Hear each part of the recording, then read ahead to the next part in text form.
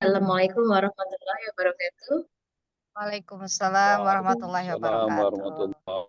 Pagi semuanya. Terima kasih Prof. Imron sudah memenuhi undangan kami hari ini. Ada Prof. Mas Duki, terima kasih sudah hadir. Prof. Rugaya, Bapak Ibu semua di sini sudah hadir secara offline. Ada Bu Sepuh, Bu Siti Rohana, ada Pak Sofan, Pak Fadoli, Pak Takdir, Bu Linda. Terima kasih Bu Desi sudah bergabung. Ada Bu Zulaikha WD3, ada Bu Gelar Gelora Stika, siapa lagi nih, Pak Dimas sudah bergabung, dan Bapak Ibu lainnya yang lain dari mungkin dari Apmapi ya. Baik, alhamdulillah, puji syukur kehadirat Allah Subhanahu wa taala yang telah memberikan kita nikmat sehat ya, sehingga kita bisa hari ini melangsungkan acara kita workshop kurikulum khususnya berbasis OBE ya, untuk insya Allah mempersiapkan kelas internasional kita.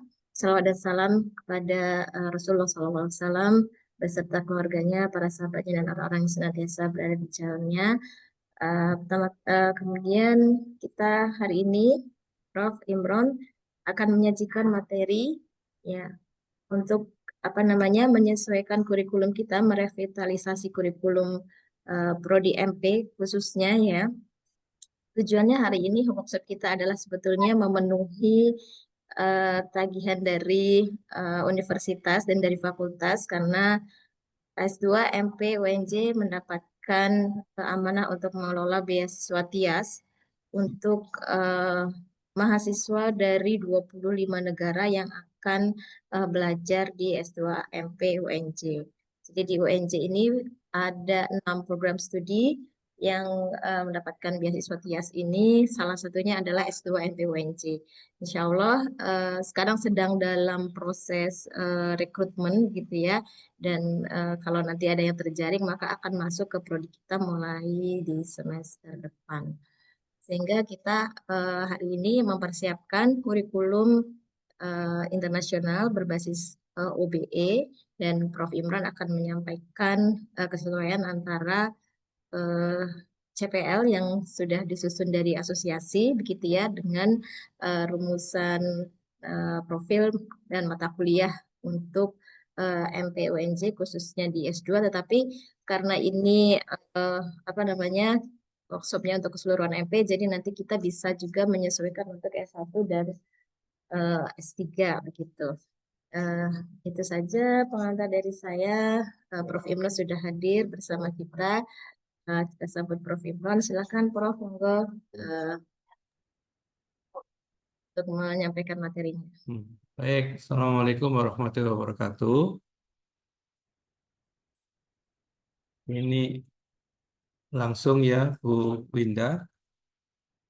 Prof. Terima kasih sudah diberi kesempatan untuk menjadi narasumber untuk workshop kurikulum internasional MP FIP UNJ.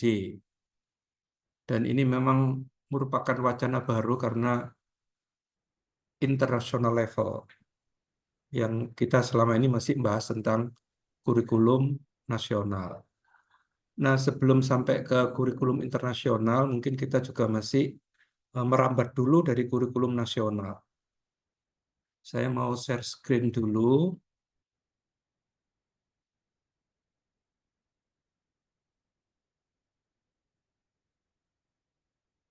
Sudah kelihatan nih. Sudah, Prof? Sudah, Prof. Alhamdulillah. Workshop penyusunan kurikulum internasional Prodi MP Universitas Negeri Jakarta. Ini Selasa 17 Juli. Oke. Aduh, kok bukan yang ini sih, sebentar.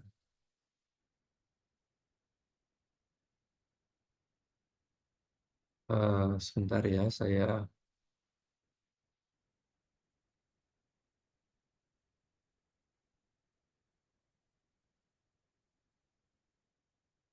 ini keliru yang anunya, sebentar. Jadi kurikulum itu bagian dari bidang manajemen. Karena manajemen itu juga ada namanya manajemen kurikulum dan manajemen pembelajaran. Nah, ini oke.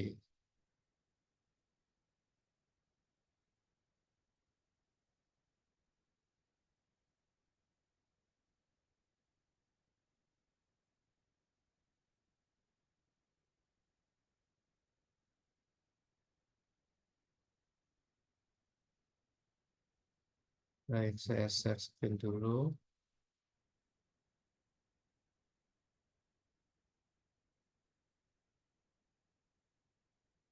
Baik, sudah kelihatan ya?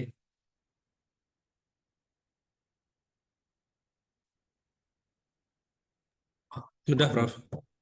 Oke, enggak, maksudnya bukan yang ini. Kok yang ini lagi ya?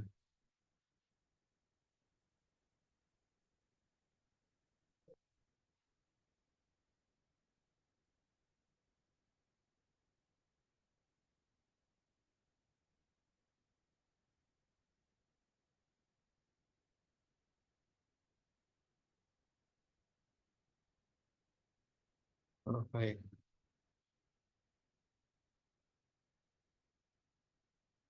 Sepertinya ini tidak bisa dibesarkan, ini harus satu persatu ini. Baik, saya awali dari sini. Kita berangkat dari Permendikbud nomor 3 tahun 2020 tentang SNDikti atau Standar Nasional Pendidikan Tinggi. Pada pasal 1 disebutkan, kurikulum itu merupakan seperangkat rencana dan pengaturan mengenai tujuan, isi, dan bahan pelajaran, serta cara yang digunakan sebagai pedoman penyelenggaraan kegiatan pembelajaran untuk mencapai tujuan pendidikan tinggi. Ini yang ada di Permendikbud nomor 3 tahun 2020. Nah, berdasarkan Permendikbud nomor 3 tahun 2020 itu, maka kurikulum pendidikan tinggi merupakan amanah institusi yang harus senantiasa diperbarui sesuai dengan perkembangan kebutuhan dan iptek yang dituangkan dalam CP.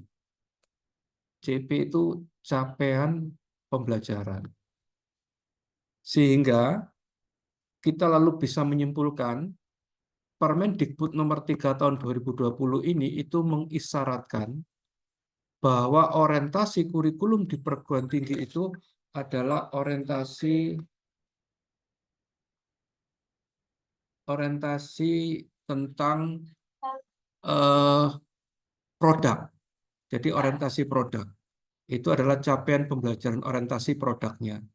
Sehingga kurikulum pendidikan tinggi itu lebih kepada CP, lalu kemudian kita kenal namanya JPL. Ya. Jadi itu aja. Sehingga di perguruan tinggi itu adalah menghasilkan SDM terdidik yang mengukur lulusannya. Apakah dia memiliki kompetensi? Ya, jadi ada kompetensi maksudnya. Kemampuan yang sudah itu untuk capai pembelajaran. Jadi itu yang perlu itu, sehingga kalau kita lihat kalau begitu ini tidak jauh dengan konsep link and match yang ada dalam dunia persekolahan untuk bisa terkait dengan dunia industri dan dunia usaha. Karena ternyata kualifikasi di dalam CP atau CPL itu adalah untuk mempersiapkan tenaga kerja. Nah, ini sehingga kalau begitu filsafat dari perguruan tinggi itu adalah filsafat pragmatisme dan filsafat progresisme. Nah, ini tentang kurikulumnya. Baik, kita lihat sekarang tentang Permendikbud yang sekarang masih dipersoalkan, yaitu nomor 53 tahun 2023. Ya, itu yang sekarang masih dipersoalkan.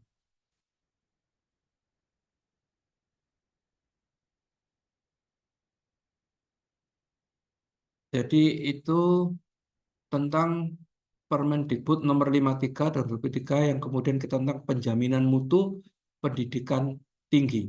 Ya. Jadi ini yang sekarang masih dipersoalkan. di ruang Nggak ujian perlu, tersebut. nggak perlu. Di Nanti ruang kalau ujian buat tersebut. saudara Pak kan di tugas belajar, nanti kan harus tinggalkan. Jadi dalam ya, sistem ini kan penjaminan ujian mutu ya. pendidikan itu adalah merupakan rangkaian unsur dan proses yang terkait dengan mutu pendidikan tinggi yang saling berkaitan dan tersusun secara teratur dalam menjamin dan meningkatkan mutu pendidikan tinggi secara berencana dan berkelanjutan. Nah, ini yang ada di Permendikbud nomor 53 tahun 2023. Yang kita tidak tahu seharusnya pelaksanaannya mulai tahun 2025. Ya, jadi ini tapi sampai sekarang kok masih belum ditetapkan sebagai pengganti permen sebelumnya. Oke, kalau kemudian kita lihat sekarang tentang kurikulum OB atau Outcome Based Education, pendidikan tinggi. Jadi yang dimaksud dengan kurikulum OB atau Outcome Based Education di perguruan tinggi itu merupakan pendekatan kurikulum yang berfokus pada hasil pembelajaran yang ingin dicapai. Ini yang saya tekankan tadi itu berarti orientasi kurikulum OB itu adalah kurikulum orientasi produk. Dan kurikulum ini menekankan pada pencapaian kompetensi yang relevan dengan kebutuhan dunia kerja, bukan hanya pada penyampaian materi. Jadi ini memang mempersiapkan tenaga kerja, work life, civil effect. Jadi seperti itu. Sehingga ini memang filsafat yang mendasari kurikulum OB itu adalah filsafat pragmatisme dan filsafat progresivisme. Jadi menyiapkan tenaga kerja. Nah, kurikulum OB di perguruan tinggi Indonesia adalah merupakan pendekatan pembelajaran yang berfokus pada pencapaian hasil belajar yang spesifik dan terukur, yang kemudian dikenal sebagai CPL, capaian pembelajaran lulusan. Ya, itu diketahui diukur tentang aspek sikap, keterampilan umum, keterampilan khusus, dan pengetahuan yang dirumuskan berdasarkan SNPT atau SNDikti, Standar Nasional Pendidikan Tinggi. Nah, OB bertujuan untuk memastikan bahwa lulusan memiliki kompetensi yang relevan dengan kebutuhan dunia kerja dan mampu berkontribusi pada masyarakat. Nah, yang perlu kita renungkan tentang OB, ya, ini masih terkait dengan kebijakan MBKM, Merdeka Belajar Kampus Merdeka. Karena untuk pendidikan tinggi pada masa Menteri Nadiem Anwar Makarim, mulai tahun 2019 sampai 2024, itu menerapkan MBKM. Sampai 21 Oktober 2024 itu diganti oleh Profesor Satrio Sumantri Brojonegoro. Lalu dengan cepat 19 Februari diganti lagi dengan Profesor Brian Yuliarto. Ya. Sampai Juni tahun 2025 ini belum ada kebijakan mengganti MBKM dari Kemendikbudristek yang baru. Kalau di Dikdasmen itu kan sudah itu tentang Merdeka Belajar sudah diganti dengan Deep Learning. Tapi kalau di perguruan tinggi itu masih belum ada perubahan-perubahan ini. Jadi ini yang perlu kita renungkan tentang masalah masih tetapnya OB itu terkait dengan model MBKM mulai zamannya Pak Nadiem Anwar Makarim. Nah, fokus kurikulum OB untuk pendidikan tinggi di Indonesia itu ada 5. Yang pertama, fokusnya pada produk. Fokusnya pada hasil belajar. Jadi apa yang akan dicapai oleh mahasiswa. Sehingga itu yang akan dipersiapkan. Ya, namanya CPL itu. Ya, jadi itu. Yang kedua adalah CPL-nya, capaian pembelajaran lulusan. Ya, jadi nanti itu rumusan kualifikasi yang harus dicapai lulusan itu yang menyangkut berbagai aspek kompetensi, termasuk PLO-nya, yaitu program learning outcome-nya. Jadi program hasil belajarnya.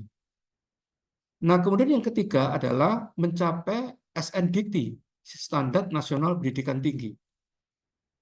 Berdasarkan Undang-Undang Nomor 12 tahun 2012 ya tentang SNDikti dan Undang-Undang dan Permendikbud Nomor 53 tahun 2003 tentang penjaminan mutu dikti. Nah, kemudian yang keempat adalah relevansi dengan dunia kerja. Sehingga OBE itu adalah kurikulum yang mempersiapkan alumninya itu bisa memenuhi kebutuhan dunia kerja dan industri atau work life-nya.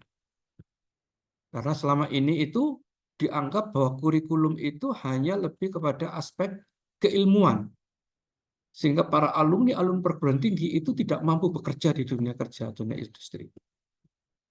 Nah, sehingga mereka harus diberi keterampilan praktis. Nah, yang terakhir adalah untuk meningkatkan mutu pendidikan, ya. Karena melalui perencanaan yang matang, strategi yang tepat, OB akan dapat meningkatkan kualitas pendidikan dan relevansi kurikulum. Nah, ini konsep yang saya bangun adalah seperti ini. Ini ada dasar hukum, dasar kebijakan nasional, dan dasar institusi pengembangan perguruan tinggi. Jadi kalau yang pertama harus kita lihat adalah Undang-Undang Nomor 12 Tahun 2012 tentang pendidikan tinggi. Terus kemudian kita harus melihat juga Perpres Nomor 8 Tahun 2012 tentang KKNI, Koalisi Kerja Nasional Indonesia. Yang itu nanti Perpres Nomor 8 2012 ini akan melahirkan Permendikbud Nomor 73 Tahun 2013 tentang penerapan KKNI. Lalu kemudian lahir lagi tahun 2020 Permendikbud Nomor 7 tentang pendirian, perubahan, dan pembubaran perguruan tinggi negeri, dan pendirian, perubahan, serta pencabutan izin perguruan tinggi swasta. Setelah itu kemudian kita dilahirkan lagi Permendikbud Nomor 53 Tahun 2023 tentang penjaminan mutu pendidikan tinggi, penjaminan tridharma perguruan tinggi, mulai pendidikan, pengabdian, dan penelitian. Tapi ini sampai sekarang ini sudah mulai tahun 2003, 2005 harus sudah terlaksana, tapi rupanya pemerintah justru masih mengevaluasi, bisa jadi 53 2003 ini bisa jadi dicabut atau diganti dengan yang baru. Karena sampai sekarang masih belum ditetapkan. Kita masih mengikuti yang nomor 12 tahun 2012. Oke. Nah, kemudian di dalam semua peraturan-peraturan itu masih ada penjaminan mutu internal atau PMI dan penjaminan mutu eksternal yang itu kita alami semua, namanya kalau eksternal itu akreditasi prodi dan perguruan tinggi. Kalau yang perguruan tingginya melalui Ban PT, yang prodi sekarang melalui LAM. Kalau di bidang kita namanya LAMDIK, pendidikan. Tapi itu lembaga akreditasi mandiri, ya LAM. Nah, di samping itu, kalau kita lihat bagaimana institusi pengembangan pendidikan tinggi, ada hal yang perlu kita renungkan tentang body of knowledge, local wisdom dari perguruan tinggi. Ya. Lalu di sini konsep OBE kurikulum, ya, yang ada profil lulusan atau graduate profile, ada PLO, ya, program yang untuk melihat lulusan, juga CP atau course program, ya. Jadi ini tentang program mata kuliah yang akan ditempuh. Lalu di sini untuk body knowledge ini akan dilihat dari visi, misi, tujuan, strategi perguruan tinggi. Nah, ini nanti yang akan untuk institusi pendidikan tinggi, apakah bentuknya universitas, institut, akademi, poltek, sekolah tinggi, ya, yang kemudian itu ke fakultas, lalu ke program studi, lalu kepada kurikulum program studi pendidikan tinggi. Nah, di samping itu harus juga melihat bagaimana terjadi perubahan dan perkembangan iptek abad 21. Adanya revolusi industri 4.0, society 5.0, web 5.0, sehingga ini ada konsep abad 21 tentang 6C, atau dulunya 4C, sekarang 6C. Ya, ada critical thinking, creative, communication, lalu collaboration, computational, logic, dan compassion. Jadi ini yang akan itu, dan ini masih ada kebijakan MBKM. Ini secara utuh kalau kita lihat itu. Nah, sekarang kita melihat yang body of knowledge. Untuk analisis kebutuhan kurikulum prodi APMP, S1, S2, S3, itu yang perlu kita lihat itu adalah BOK-nya atau BOK, ya, body of knowledge-nya ini. Apa body of knowledge-nya dari APMP itu? Pertama adalah education. Yang kedua, manajemen atau administration. Yang ketiga, leadership. Yang keempat, supervision.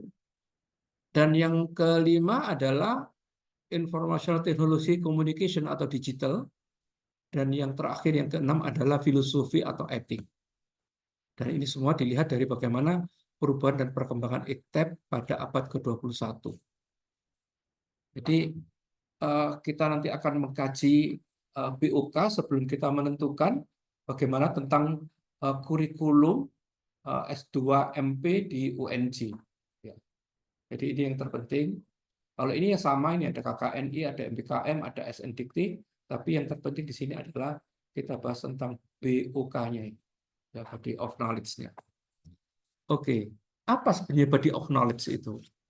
Jadi itu adalah seperangkat konsep, terminologi, dan kegiatan yang lengkap, yang dia menjadikan domain profesional, capaian profesional. Nah, sehingga ini lebih daripada sekedar kumpulan dari istilah atau list dari bacaan profesional, pustaka, atau website, atau mendeskripsikan fungsi profesional, bahkan peristiwa-peristiwa sebuah koleksi informasi. Nah, ini yang disebut sebagai body of knowledge. Ini ada satu contoh body of knowledge-nya di MPI, Manajemen Pendidikan Islam.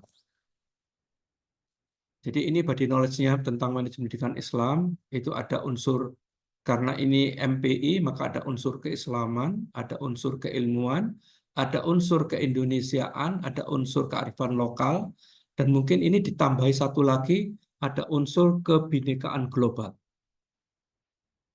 Lalu di situ dikembangkan dari 5 ini menjadi 6, yaitu ada ilmu manajemen atau administrasi, ada ilmu pendidikan, ada ilmu ekonomi, ada ilmu psikologi, ilmu kepemimpinan, ilmu komunikasi, dan teknologi informasi. Ini tentang body of knowledge, APMP. Ya, kita lihat sekarang tentang analisis body of knowledge bidang APMP dan MPI. Jadi kalau kita pecahkan body of knowledge itu ada ilmu pendidikan, ada ilmu manajemen, ada filsafat, dan ada keilmuan umum. Jadi yang ilmu pendidikan itu adalah pedagogiknya, kurikulum dan pembelajaran. Kalau ilmu manajemennya itu ada 4, manajemen, administrasi, kepemimpinan, supervisi, dan policy, kebijakan. Kalau filsafat, biasanya filsafat ilmu, etika keilmuan, karakter keindonesiaan, dan pendidikan humanisasi, kemanusiaan.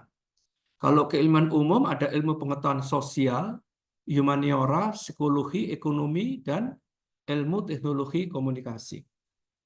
Jadi ini kalau dilihat.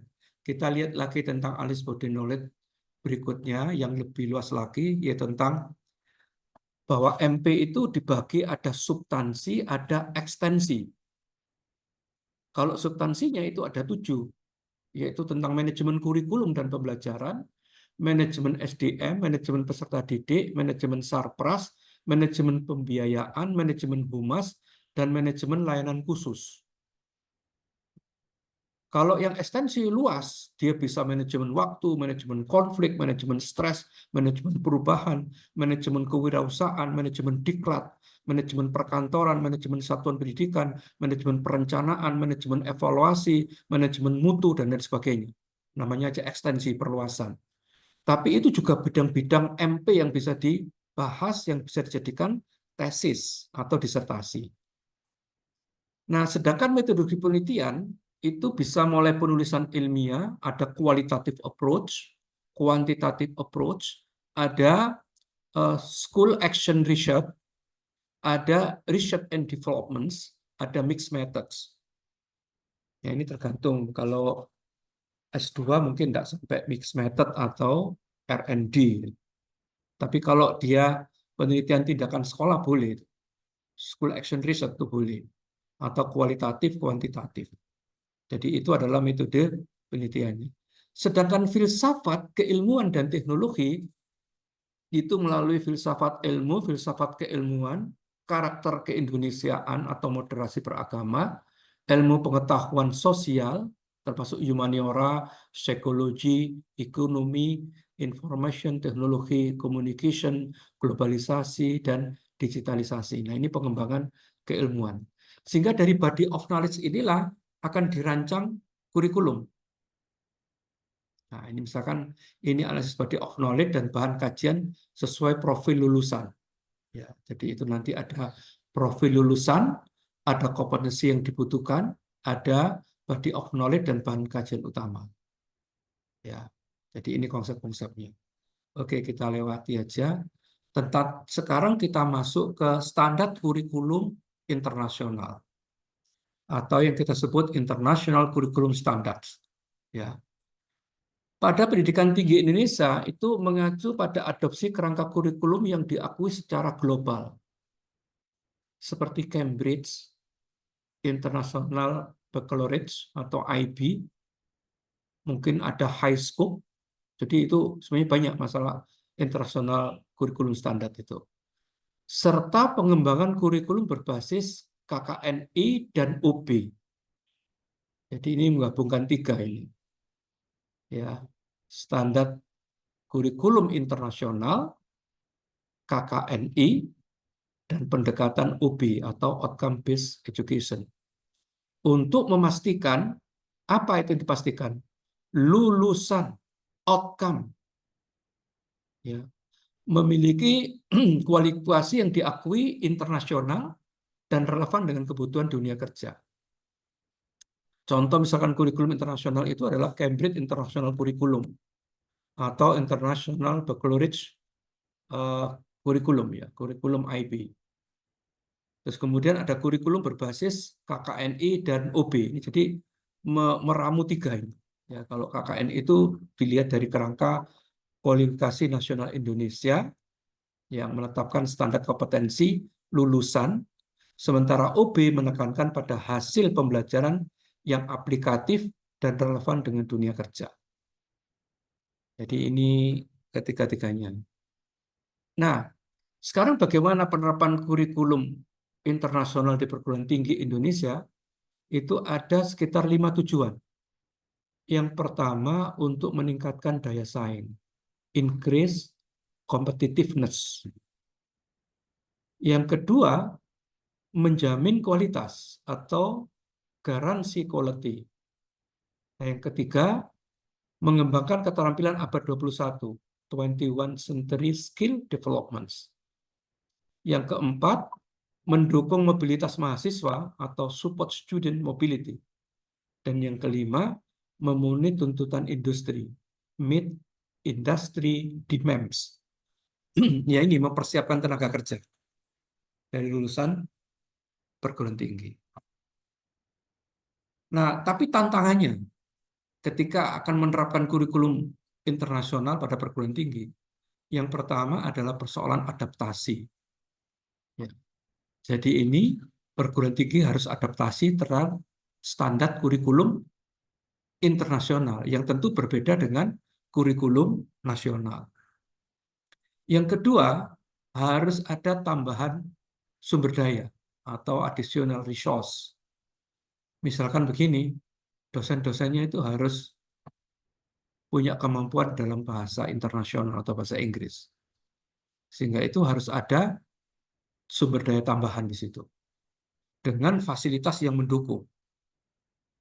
Jadi ini termasuk salah satu tantangannya. Yang ketiga, harus memahami tentang kurikulum internasional atau understanding international curriculum. Yaitu standar kurikulum internasional dengan bagaimana mengintegrasikan dengan kurikulum nasional. Jadi sepertinya itu bukan berarti standar kurikulum internasional itu kemudian lepas dari kurikulum nasional, tidak lepas. Tapi itu harus saling terkait. Ya. Bahkan kurikulum nasional tetap menjadi pijakan. Dan yang keempat adalah pengakuan akreditasi. Jadi akreditasinya itu nanti kalau sudah menerapkan kurikulum internasional, ya akreditasinya itu adalah international level, ya, mungkin AKAS atau apa saja yang internasional. Nah, kemudian yang terakhir adalah masalah pembiayaan. Karena kalau sudah internasional kurikulum, itu pembiayaannya itu juga ada ada studi lapangan, ya, field study, ada lecturer change, ada student change dengan Holit partner. Nah, ini kan membutuhkan pembiayaan yang luar biasa. Ini tantangan kalau kurikulum internasional. Sehingga penerapan kurikulum internasional yang tepat, perguruan tinggi di Indonesia ini akan dapat menghasilkan lulusan yang siap bersaing di kancah global dan berkontribusi pada pembangunan bangsa. Nah, ini kira-kira dasar-dasar teoretik atau konsep tentang kurikulum internasional di bidang manajemen pendidikan jenjang S2. Nah, saya sendiri pada akhirnya mencoba untuk merancang satu kurikulum, tapi ini tidak final. Ini hanya untuk memancing dari yang akan workshop. Mungkin bukan bahan workshop, tapi paling tidak sebagai pancingan.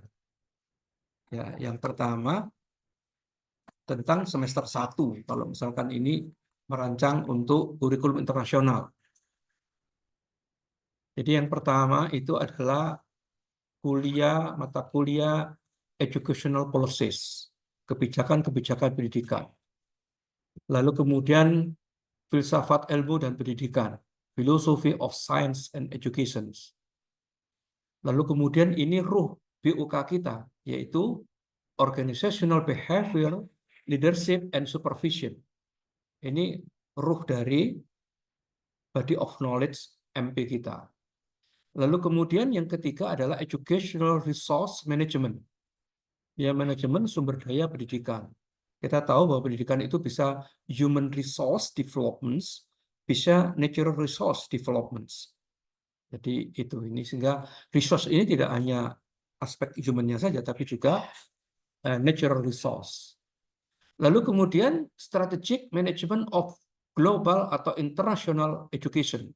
Jadi itu manajemen strategi tentang bagaimana pendidikan global atau pendidikan internasional. Lalu kemudian ada lagi mata kuliah Information and Communication Technology Management. Jadi manajemen teknologi informasi komunikasi atau ITC Management. Nah, ini sehingga itu sudah berapa ini? Sudah 6 mata kuliah di semester 1. Di semester 2 itu kuliahnya tentang Educational Management Research Methodology. Jadi metodologi riset manajemen pendidikan. Terus kemudian International Curriculum and Learning Management. Jadi manajemen kurikulum dan pembelajaran internasional. Ya, ini nanti mata kuliahnya mencari kurikulum internasional baik di level sekolah maupun di perguruan tinggi.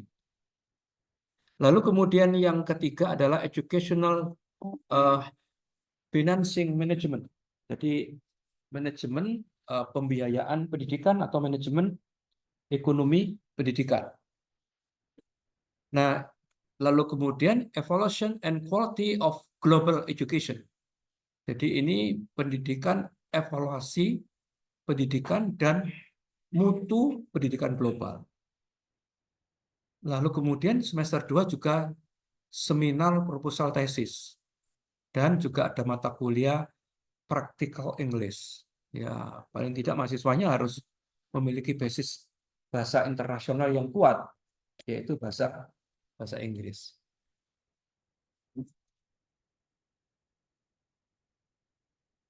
Oke, sekarang saya lanjutkan di semester 3. Di semester 3 itu ada mata kuliah pilihan. Mungkin ada, kalau misalkan ada yang memilih kuantitatif karena statistik itu tinggi, selain tadi sudah dapat metodologi, itu mungkin bisa dibuka mata kuliah educational statistik atau pilihan untuk educational entrepreneurship. Ya. Lalu kemudian di semester 3 juga seminar hasil tesis atau indexed publication. Jadi ada mata kuliah untuk publikasi ilmiah yang terindeks. Apakah itu Sinta 3, Sinta 4, atau berapa begitu? Ya, kalau bisa international journal ya lebih bagus lagi. Tapi mungkin tuntutannya mungkin pada Sinta. Lalu tesis. Sehingga semester 3 akhir itu kalau mahasiswanya sangat smart, cepat, speed, dia bisa semester 3 sudah maju ujian tesis.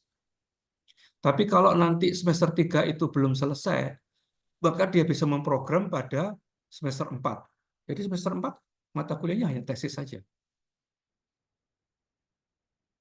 Sehingga di target itu semester 4 itu sudah maksimal harus sudah lulus.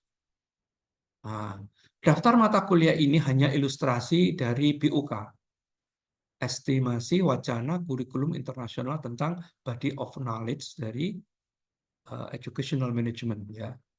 Nah, untuk workshop silakan disesuaikan dengan kebutuhan dan ciri khas kurikulum internasional Prodi 2 S2MP atau FIP UNJ.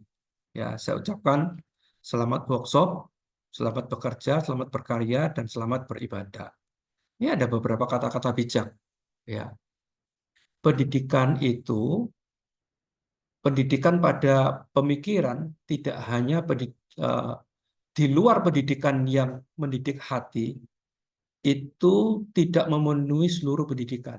Jadi kalau menurut Aristoteles, pendidikan itu harus selain pikiran, minds, jiwa, itu juga harus hearts, harus sampai hati. Nah, kebijakan itu tidak hanya produk ya dari schooling. Ini maaf, ini keliru mungkin tulisannya ini schooling ya.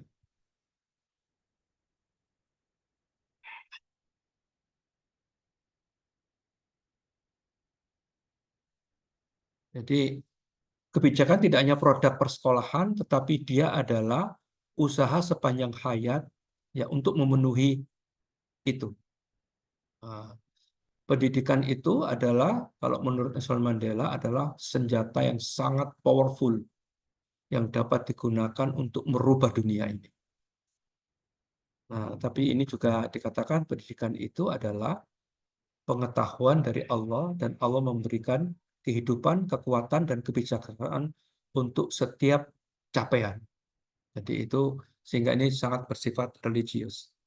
Yang terakhir itu dikutip di Al-Quran, yarfa'illahu alladhina amanu minkum waladhina utul ilma darajatun wallahu bima ta'maluna khabir. Allah itu ya akan memberikan derajat kepada orang yang memiliki iman dan akan mengangkat orang yang memiliki pengetahuan. Ya, jadi itu sekiranya yang bisa saya sampaikan. Mungkin Bu Winda bisa kita lanjutkan untuk tanya jawab atau diskusi. Baik, Hmm. baik, baik Prof. Terima kasih.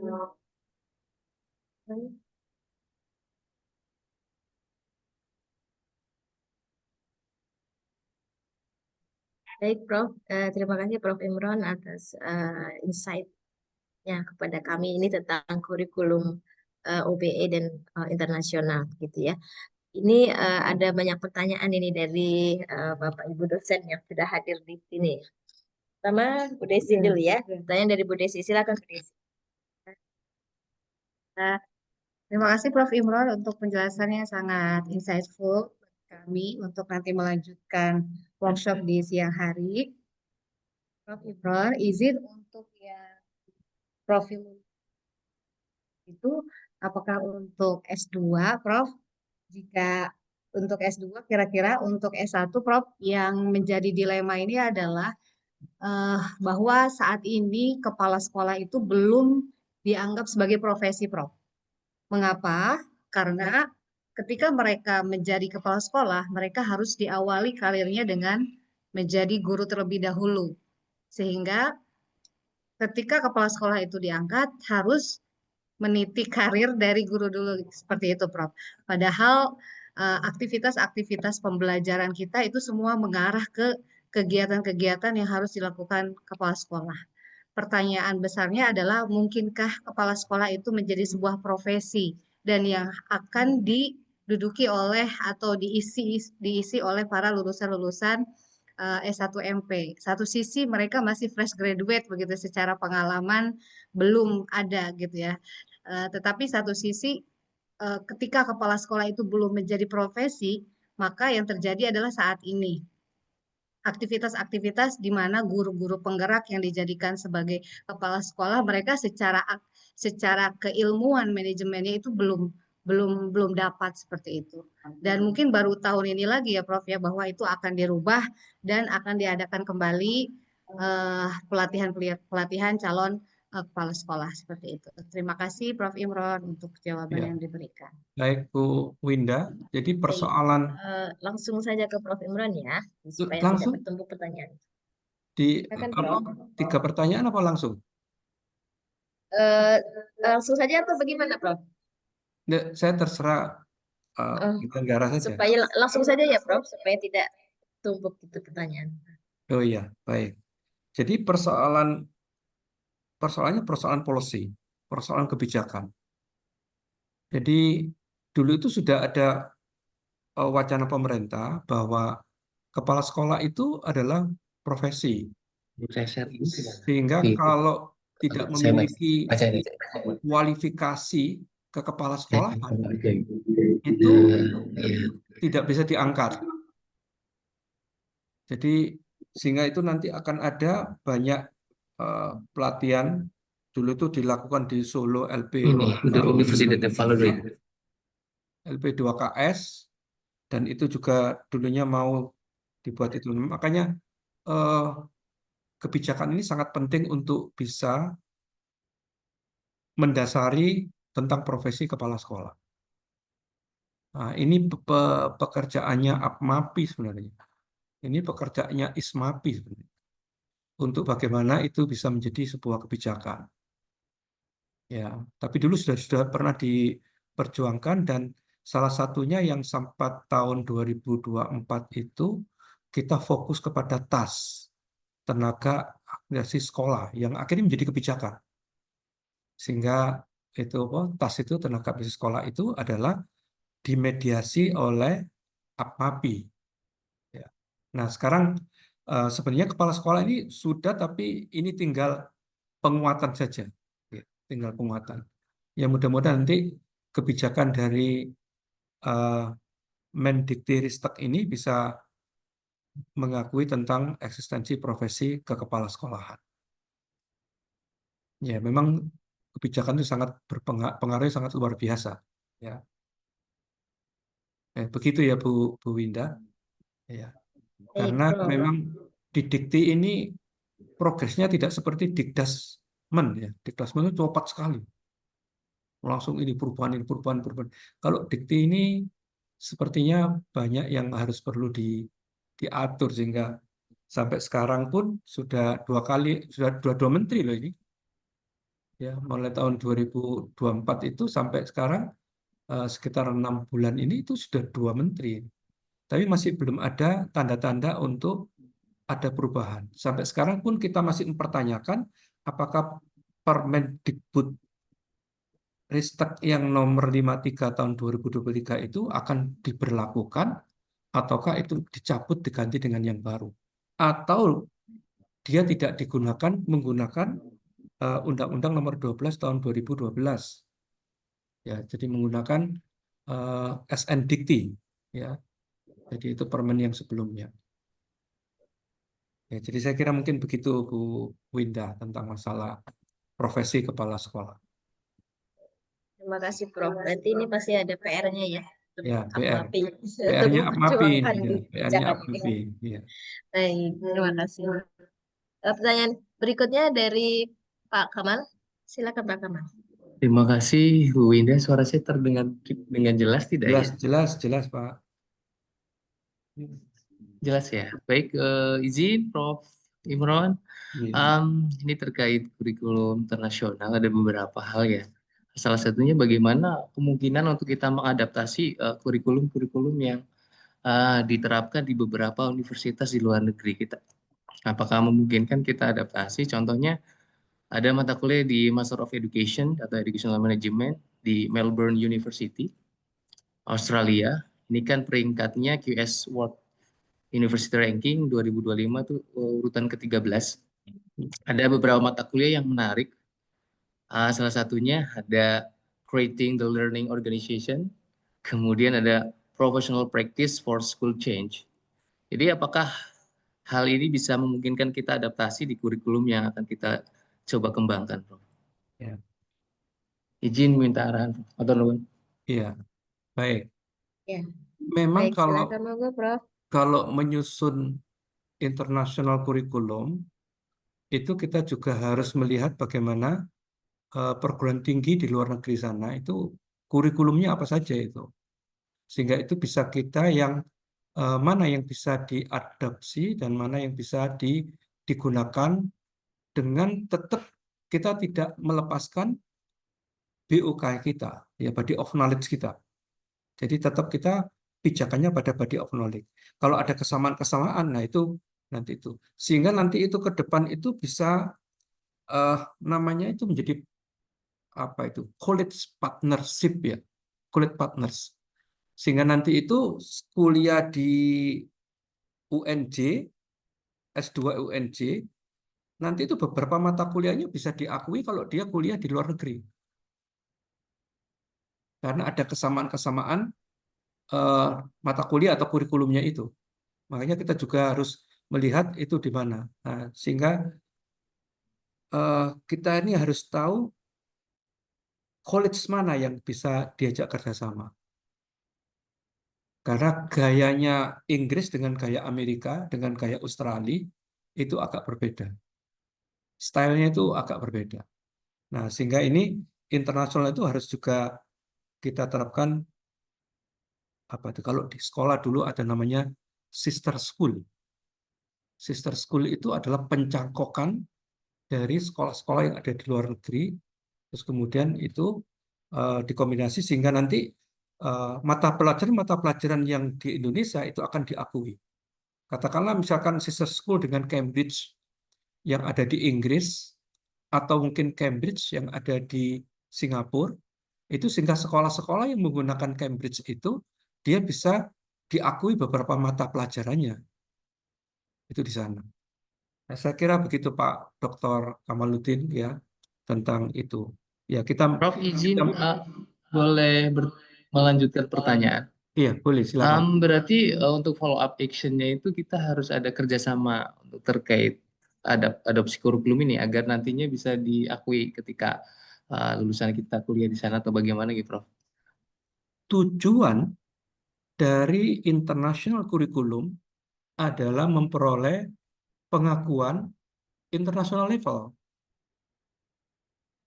Jadi supaya dapat diakui internasional, itu kalau di sistem sekolah itu ya dia kerjasama dengan Cambridge atau IB Curriculums, sehingga itu akhirnya diakui secara internasional.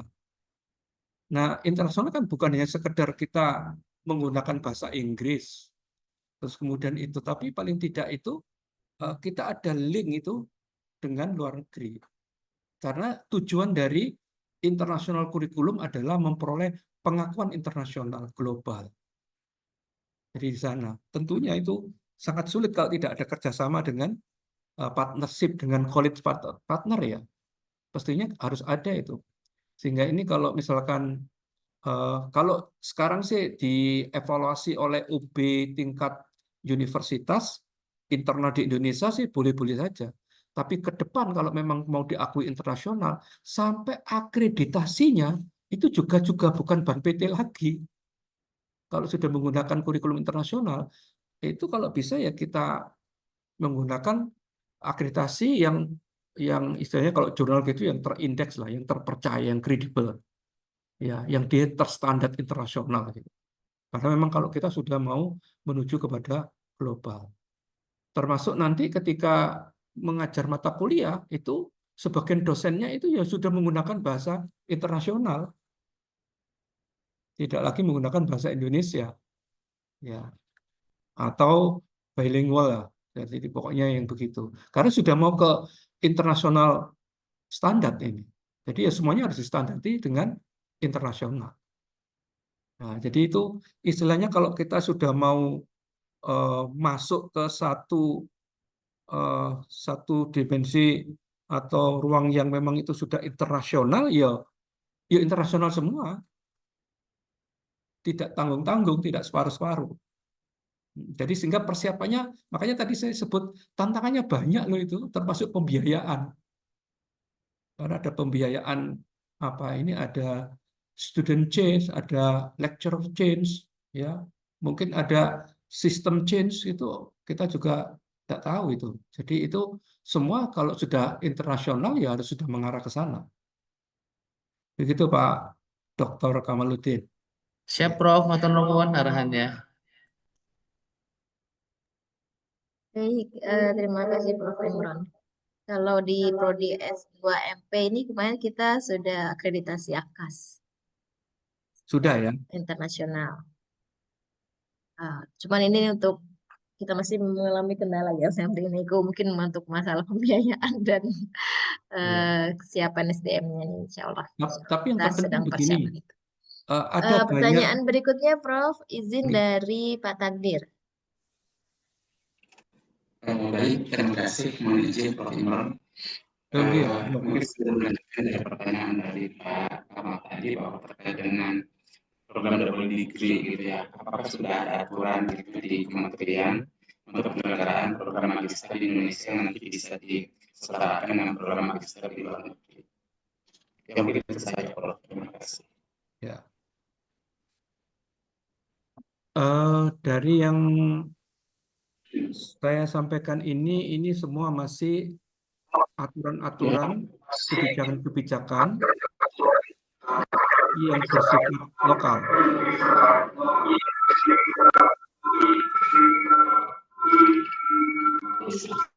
Mungkin hostnya bisa mematikan beberapa ya supaya tidak ganggu. Memang itu yang perlu untuk dasar hukumnya ya, atau dasar kebijakan ya, untuk bisa go internasional.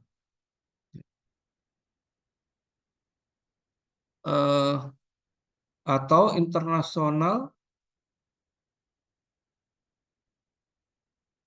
what international university. Jadi apa itu universitas yang memang kelas internasional. Nah, itu mungkin bisa dilihat pijakan-pijakan yang seperti itu. Tapi memang untuk sampai sekarang ini kurikulum internasional sendiri itu kan masih belum ada topangan kebijakan yang sangat kuat untuk itu. Jadi sepertinya ini UNJ sudah melangkah ya. Seperti kalau kita akreditasi ke AKAS itu kan internasional standar.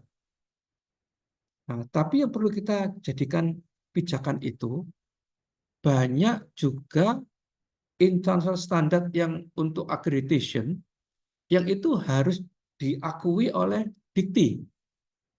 Karena dulu sempat ada isu AKAS itu nggak diakui.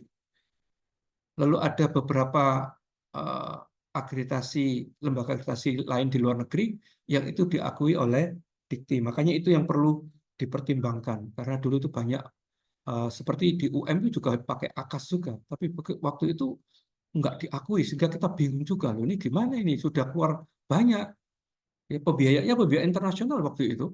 Waktu masih COVID itu kita bayar itu online itu masih besar sekali. Ternyata sampai itu nggak diakui.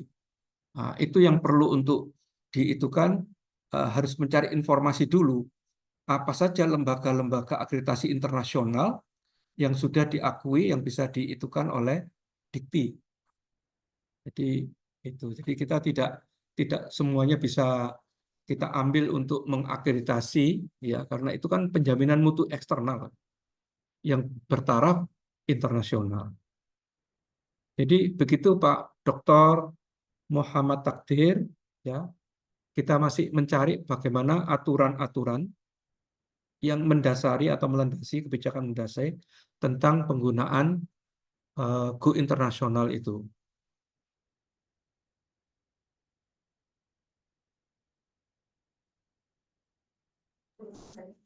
Tidak ya.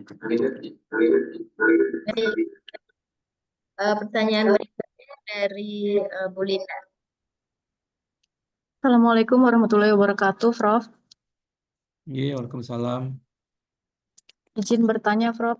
Beberapa bulan lalu kami sempat mendiskusikan mengenai beberapa mata kuliah yang disesuaikan misalnya dengan perguruan tinggi luar negeri yang ada manajemen pendidikannya gitu untuk S2 ini. Lalu apakah jika kita menyesuaikan mata kuliah tersebut diaplikasikan di dalam negeri gitu, butuh validasi dari kementerian atau kita boleh langsung menyelenggarakan mata kuliah tersebut, Prof, di Prodi. Terima kasih, Prof. Ya, sebenarnya begini ya, kalau perguruan tinggi yang sudah PTNBH itu kan sebenarnya sudah mandiri. Jadi sehingga dia sudah bisa eh, memvalidasi sendiri tentang mata kuliah yang diambil yang itu diadopsi dari perguruan tinggi di luar negeri. Namun demikian kan harus itu disesuaikan dengan tetap visi, misi, tujuan dari perguruan tinggi yang terkait. Yang kedua, disesuaikan dengan kebutuhan. Ya. Yang ketiga itu ditentukan dengan relevansi. Relevansi mengadopsi mata kuliah yang ada di luar negeri itu seperti apa untuk iklim Indonesia. Jadi itu selain kebutuhan, relevansi, juga penyesuaian dengan visi, misi, dan tujuan lebih tinggi. Dan yang kedua adalah dengan kurikulum OB itu adalah nilai kemanfaatan sejauh mana kurikulum itu yang diadopsi dari luar negeri itu bisa mengantarkan menjadi independent students, anak-anak yang memang mereka merdeka di dalam belajarnya itu dan siap untuk bekerja. Karena kalau menggunakan OB kurikulum itu adalah menyiapkan untuk work life dari students. Jadi memang mereka disiapkan untuk dunia kerja mereka. Nah, dengan bahasa lain itu civil effect-nya. Ya, jadi mereka lulus itu dari MP itu seperti apa? Tadi seperti yang disampaikan oleh Bu Winda. Sekarang ada peluang baru selain untuk persiapan ke kepala sekolah dan pengawas, lalu kemudian keadministrasian atau ketenagaan administrasi sekolah. Sekarang ada peluang lagi, yaitu untuk work life atau civil effect-nya itu adalah guru. Guru di SMK yang mengajarkan tentang perkantoran, administrasi perkantoran, perpustakaan, ya. Jadi kemudian ada apa? Laporan, ya. Jadi seperti itu sehingga ini adalah work life ini yang dituju oleh OB, ya.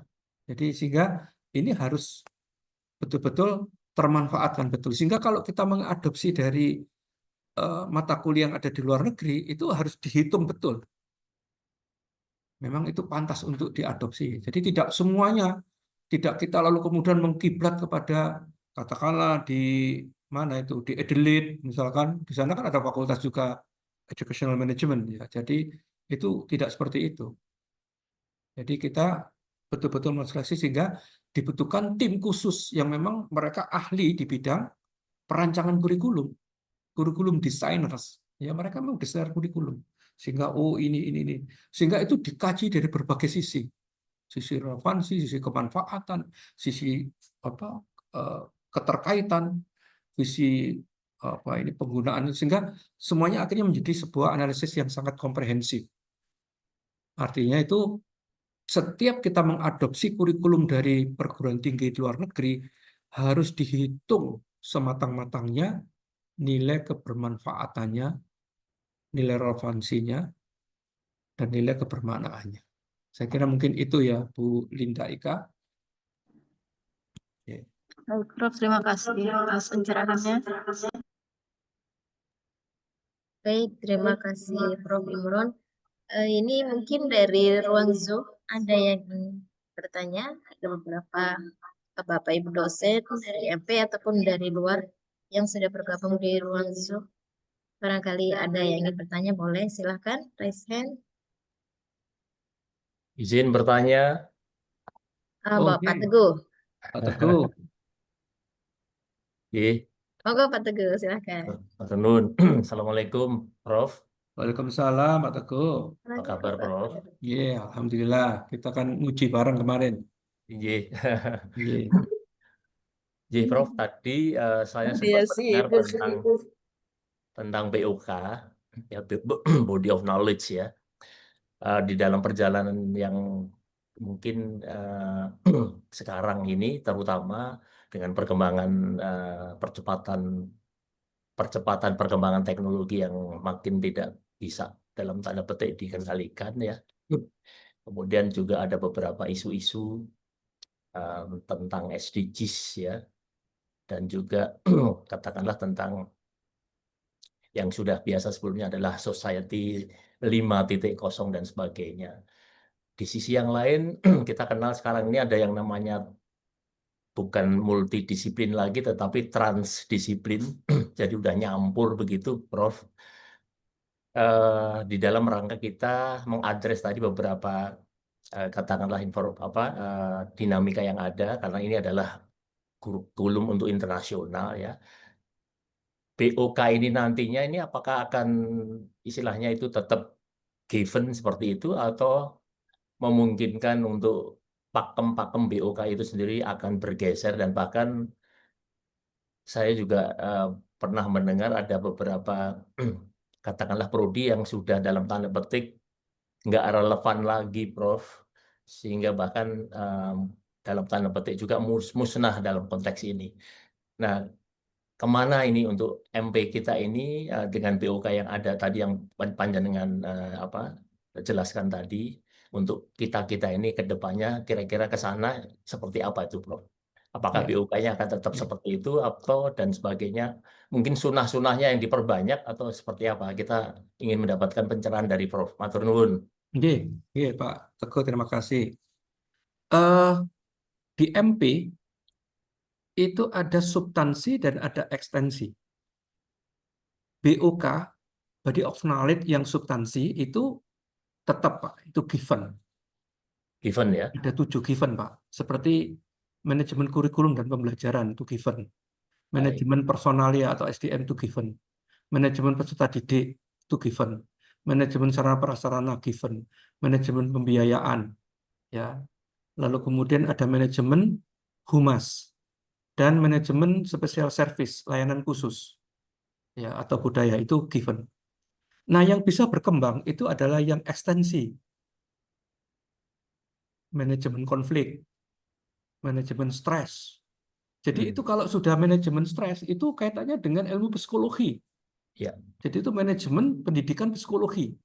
Saya pernah membimbing mahasiswa menggunakan ini, sekarang dia keliling dunia itu dengan namanya anger management, manajemen kemarahan. Marah. Jadi itu siswa-siswa yang marah, siswa di Jawa dengan siswa di Inde itu marahnya agak berbeda, cara penanganannya berbeda. Jadi tapi itu manajemen stres, itu berkembang, itu yang namanya transdisiplin, ya. Nah, ini kan lagi nguji lagi ini, Bu siapa itu, Erlinda. Disertasinya itu tentang apa? Hukum anak. Jadi itu manajemen pendidikan hukum. Itu transdisiplin itu. Dan dia menggabungkan antara manajemen pendidikan dan manajemen pembelajaran. Jadi tiga disiplin jadi satu.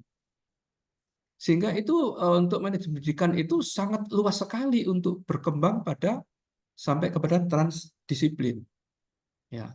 Terus kemudian ada lagi sistem manajemen teknologi digital atau sistem informasi manajemen, SIM.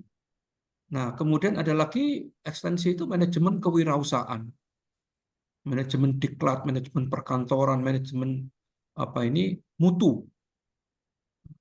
Jadi ini kan banyak itu. Sehingga aspek-aspek ilmu sosiologi, ilmu ekonomi, ilmu psikologi, bahkan ilmu budaya, sampai ilmu hukum itu bisa menjadi, bahkan ilmu medis. Ada manajemen medical educational management, jadi manajemen pendidikan medik medikal. Jadi itu ada dokter yang kemudian dia meneliti tentang sistem manajemen di rumah sakit. Ya, sehingga kalau melihat body of knowledge dari ekstensi APMP itu bisa berkembang terus. Nah, yang given itu yang substansi itu yang tidak bisa dirubah-rubah dari dulu ya, tentang leadership, manajemen, supervisi, dan policy kebijakan. 4 itu, Pak. Itu yang given itu yang substansi, yang warisan dari bapak-bapak kita itu. Ya, yang tidak bisa berubah itu yang harus kita pertahankan karena itu juga substansi dari body of knowledge APMP. Nah, yang bisa berkembang body of knowledge-nya itu yang ekstensi karena dia bisa lintas disiplin. Jadi begitu. Begitu Pak Teguh. Mohon maaf ini Pak Teguh kok saya ini menggurui Pak Teguh ini. Aduh, atur nuhun sangat Prof pencerahannya. Iya, Jadi iya. memang kami juga sedang terus mencoba explore ya, karena tadi dikatakan ada OBE, ada link and match, dinamika siap kerja ini kan terus berubah J Prof J. Jadi Iya, dalam iya. konteks ini kita semuanya mungkin ya memiliki tanggung jawab moral untuk bagaimana meramu pun yang domestik untuk bisa mengadres disruptif akselerasi perubahan yang menggila dalam tanda petik tadi, Prof. Itu saja, Prof. Matur nuwun sangat Iya, pencerahannya. betul. Sehat selalu. Matur nuwun. Ya, Assalamualaikum. mudah-mudahan Pak Teguh Trianung sehat. Iya, Ya, amin. sehat. Oke, Bu Baik, Winda. terima kasih, Prof. Ada lagi dari Bapak Ibu yang di ruang Zoom?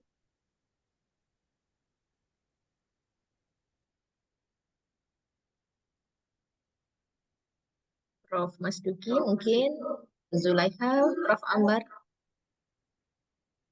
Mana Bu Zulaika ini? Kok sembunyi aja Bu Zulaika ini? Izin Prof, baru Iya. sampai Majalengka. Oh, Lagi perjalanan ini. perjalanan ya, tapi menyimak Prof. Terima kasih Iya, banyak. Ya, iya. silakan dulu yang lain ya, Bu Indah ya. Wow, enggak bisa konsentrasi Bu Zulaika perjalanan karena ini.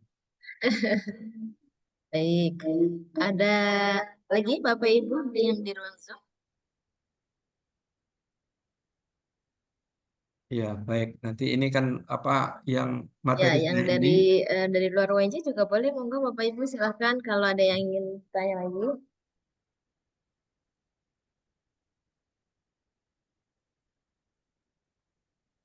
ya materi saya ini kan nanti bisa dipelajari lagi. Tidak ada lagi ya. Ya, gitu. Dan tentunya nanti Izin akan Prof. Imran, kalau dari APMAPI sendiri, apakah ada kampus-kampus luar negeri yang sudah bekerja sama begitu, atau mungkin kita bisa apa namanya ya jadikan untuk nanti kita bisa bekerja sama dengan kampus luar negeri, tapi yang memang sudah selama ini APMAPI sudah menjalin kerjasama seperti itu. Ya, ini sepertinya belum Bu Winda, tapi kita sudah pernah kontak-kontak dengan yang di Adelaide. Ya, di Adelaide karena kita punya alumni-alumni dari sana itu, dan bidangnya memang bidang tentang manajemen pendidikan. Nah, coba nanti tapi kalau yang dengan mana ini, dengan Malaysia, ya itu sudah sering kontak-kontak, tapi kita belum sampai kepada MOU untuk kerjasama. Dan mudah-mudahan dengan inspirasi dari UNJ ini, lalu itu mendorong kita untuk segera bagaimana melakukan itu. Nah, mudah-mudahan di sini ada Prof. Suryadi ya. Ada nggak Prof. Suryadi ini? Karena Hari ini tidak hadir, oh nggak hadir ya. Karena Prof. Suryadi itu sekjennya APMAPI. sedang PKM beliau. Oh iya, sekjennya APMAPI. Jadi Prof. Suryadi ini sangat Baik, memegang peran baik. sekali. Iya. Oke. Nanti kalau sudah ada kita hubungan kerjasama dengan luar negeri, kita beritahu pada Bu Winda. Ya. Baik, terima kasih banyak Prof. Terima kasih banyak karena kita menunggu ini rekomendasi mungkin dari APMAPI, Universitas Luar Negeri yang di mana yang sudah menjalin kerjasama atau akan menjalin kerjasama. Baik. Ada lagi dari Oh iya, Ya, kemarin sih kita sudah mencoba menjalin kerjasama gitu ya, akan di follow up dengan UM, University Malaya. Kemarin sudah mengadakan visiting lecture internasional sekali dan insya Allah bisa di follow up untuk berikutnya apa nanti kita mau benchmarking atau apa namanya kerjasama yang lain gitu, Bro. Iya, iya. Ada Ya lagi mungkin Bapak Ibu yang di sini di ruang rapat sini yang ingin bertanya? Sudah?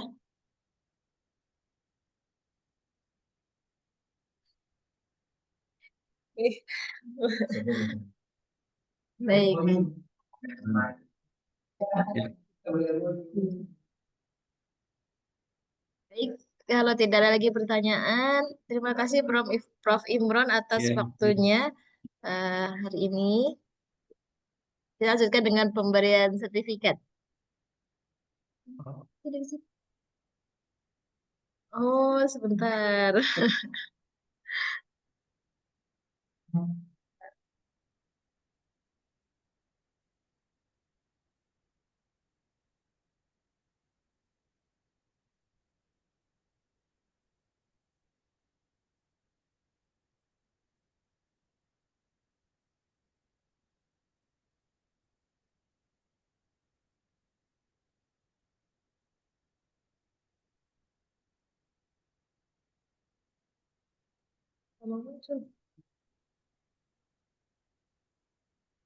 Terima kasih.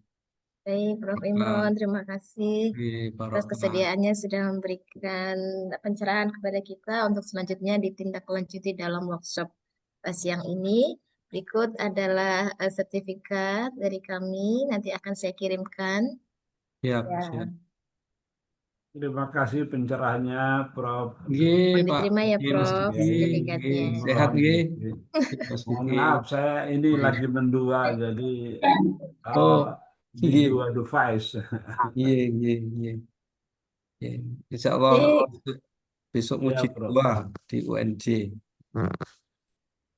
Udah ya. Terima kasih, Prof. Mudah-mudahan Iya, iya, bisa sama-sama. ketemu Maaf secara Terima langsung kalau kasih ada untuk kekurangan. diskusinya.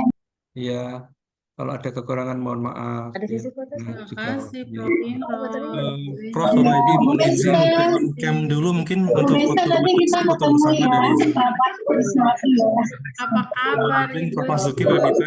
Ini nih media menarik ya, jauh-jauh kita akhirnya bertegur sapa. Terima Izin kasih. untuk dokumentasi ya Pak Ibu. Iya, Oh iya, Kita baik. hitung sampai 3 ya. Thank you. 1, Prof. 2, Masuki, Bapak Ibu. 3. Baik, sekali lagi saya hitung lagi. 1, 2, 3. Baik, terima kasih Pak Ibu semuanya. Selamat pagi, sampai jumpa. Baik. Ujul lagi PKM ya? Ada Bu, ada kerjasama di Majalengka. Nanti saya kontak Ibu ya. Kita terima kasih banyak ya Prof. Sudah meluangkan waktu. Thank you. Terima kasih Prof. Imron atas Ya, terima waktunya kasih hari ini. Bunda. Terima kasih Bapak Ibu semua. Izin lift ya. Bapak Ibu kita lanjut nanti siang masih ada workshop ya dari Prof. Nur, ada materi nanti siang. Oke, Dan makasih. kita lanjutkan diskusi untuk kurikulum kita Assalamualaikum. di S2MP. Silakan. Sekian dari saya. Assalamualaikum warahmatullahi wabarakatuh. Zul. Amin. Terima kasih Prof. Imron. Ya, Mas Tuki. Terima kasih Bu Indah. Buat bingung ya, Prof. Oke, izin lift nggih. Assalamualaikum.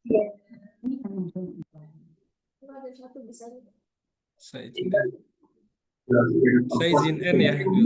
Bu Zul. Ya, siap. Makasih. Nanti Lu